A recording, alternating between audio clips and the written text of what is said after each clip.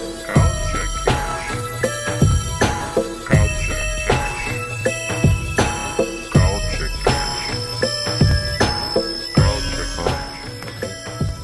red light and you look in the camera. You know what I've done that's really retarded is like when they put the battery pack on the back of you and then we're done shooting and then we're like... You go take a shit and still on? Yeah, and then they were talking to your friends, those guys are fucking idiots. And then you think, shit, they were still on mic. God damn it. That's classic stuff. Joining me today on The Culture Catch is the pop culture artist Ron English. Ron English started his career at the University of Texas in Austin, where he painted billboards of a political agenda. Actually, my first billboards weren't political at all. They were just, I was using the billboards as a place to display my art. Because at that point, I wasn't able to get in a gallery, so I thought, well, this is, you know, I could get a 10 by 22 foot canvas right there, free for the taking. That's a great, was it a class project? No, actually, when I was at UT, they were very nervous about me doing that because they thought, you know, I would get arrested and the implications would come back to them, and if I was turning this in as class projects, that it wouldn't work out too well for them.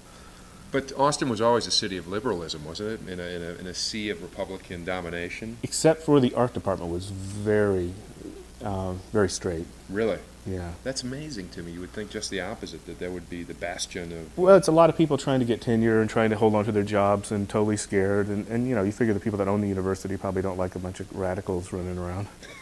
And what year was this? This is right after Vietnam, or? Okay, I did the first billboards in like 1982. Oh, 82. So, okay. yeah, So it was after that, but you still had the... Right. And they, you know, they were just kind of weird, surrealistic type of things.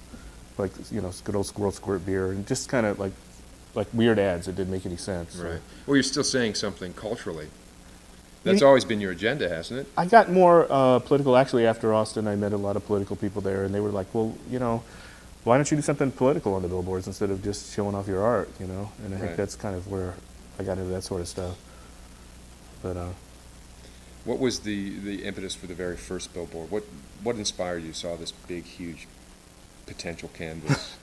Well, the very first one I did two, and I did them for, you know, my now wife Tarsa, who you've met. But so I drove her to Dallas, and then I left her sitting in the car, and I climbed up on these two billboards, and I did one that said love, and then one that said lust, and one that said love, and the one that said lust was a bunch of drooling babies, kind of like, you know, because babies, they don't understand the concept of love. It's all about what can you do for me. Right. And then there was a bunch of old clowns with painted on smiles, which is kind of the opposite. Somebody who's probably really tragic and sad, but they're still willing to go the extra mile to make another person happy, and that's kind of what love is. And I was trying to explain that I was transitioning out of being in lust for her to being in love for her, and you know, my art student-y kind of moronic way, I was trying to say something to her, and then I come back to the car and I'm like, what do you think? And then she kind of looked up and said, you made me late for work for that? So that was my first billboard. Scorned artist. Yeah. My God. But you know, I kept doing them, and then other artists started seeing them, and I was doing them more, you know, it's for my photography, right? You know, because they were just kind of backdrops for the photography, and then I didn't really think of them as something that stood on their own. So you started in photography was your first medium in love? Right. Okay. I did the weird trompe-l'oeil tricks, and I took things out into really harsh environments, like, you know, biker bars or whatever, and I set up my stuff there. Or if I did something outside and there was a billboard in the background, I thought, well, I want that billboard to have something more cool on it than, you know, cool cigarettes. Right. I want it to have something that relates to my picture. And since all my pictures were like, no matter how strange they got, it was really what was happening. I never did any kind of manipulation in the darkroom or anything. So I was kind of stuck in a corner where if that billboard's going to end up in the shot, then I had to go change that billboard. Interesting. So, but the thing is like once I'd, you know, done the billboard, then after I've left, then the billboard stayed up, and then a lot of the young painters in Dallas started seeing the billboards, and they actually came to me and said, can we have your permission to do billboards too? Wow, I'm like, that's interesting. Well, it was interesting. I didn't understand why they asked my permission. Maybe it's because an homage. They thought, well, that's his concept. Yeah. So what we did is we formed a group called the New Urban Aesthetics Committee, and then every 2 months we would go to like Houston or Austin or San Antonio, and we would just whack out like 20 billboards, and then we would get a keg of beer and have an art opening underneath of them that night, you know. And there'd always be music, because I know with Ron English there's lots of music involved. Well, I know a painter, his stuff is pretty odd, with Mickey Mouse's Marilyns and Elvis's God. I'm not an artist, I don't understand that stuff, but he'll explain it to me if he's drunk enough. Ron English,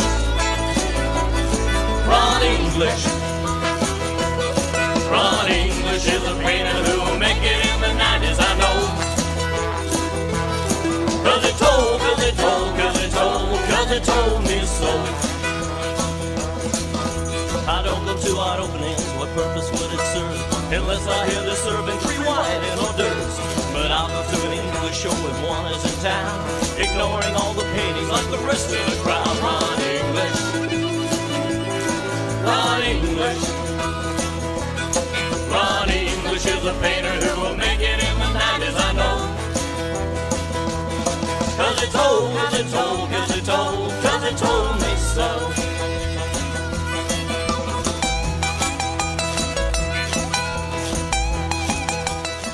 Yeah, well, you know, I went to north of Texas, so like when in my house, I had this big house with graffiti from top to bottom, and You didn't go to University of Texas? and I didn't have any. Yes, I did. I went there to graduate school. Oh, for grad school. But in Denton, I had a big old white house, and then one time I had a graffiti party and let all the artists from the art building come graffiti my whole house from top to bottom. Really? And then I didn't have a stereo because I really never had that much money. Right. And then I figured out, well, I could let all these bands, because you know it's a big jazz school and everything, and there were Right. punk bands and everything you could think of there. And I said, well, if I just let them all rehearse at my house, then I always have a band playing. You know, so usually they would rehearse, you know, during the day when I was in class and stuff, and then on the weekends we'd throw big parties, and there would just be constant flow of bands going through there. Anyone famous? Michelle Shock played, Daniel Johnson, different people like that. Yeah. And those people I you've mean, stayed in nobody contact huge. REM played, but they actually played. I had a party in Dallas. I had an opening, and I was sitting in the office before the opening, and I was again going to have a couple of my friends' bands play at the opening to kind of get more people to come in. Right. You know, art doesn't attract that many people. But yeah, so I'm sitting in there, and then the phone Sure rings. It does. You're a very successful, well-heeled artist. But you can't. these You don't days. pack them in, you know, Right, like okay. musicians do. True. But yeah, so the phone rings, and Art groupies are a little different. Yeah, I pick up the phone. This guy goes, "What's going on there tonight?" And I said, "Oh, I'm having an art opening here, and then a couple bands will be playing. It'll be like a big party." And he goes, "Wow, that's great.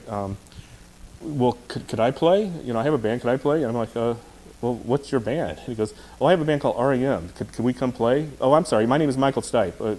Let me introduce myself." And I'm like, "Okay, sure, come play. You know, it's a relaxed atmosphere." And then you know, he said, "Okay," and then he hung up, and then the phone rings again. He goes, "Ron, it's Michael again?" And I'm like, "Yeah." And he goes, "There will be beer there, right?" Like, yeah, there'll be lots of beer.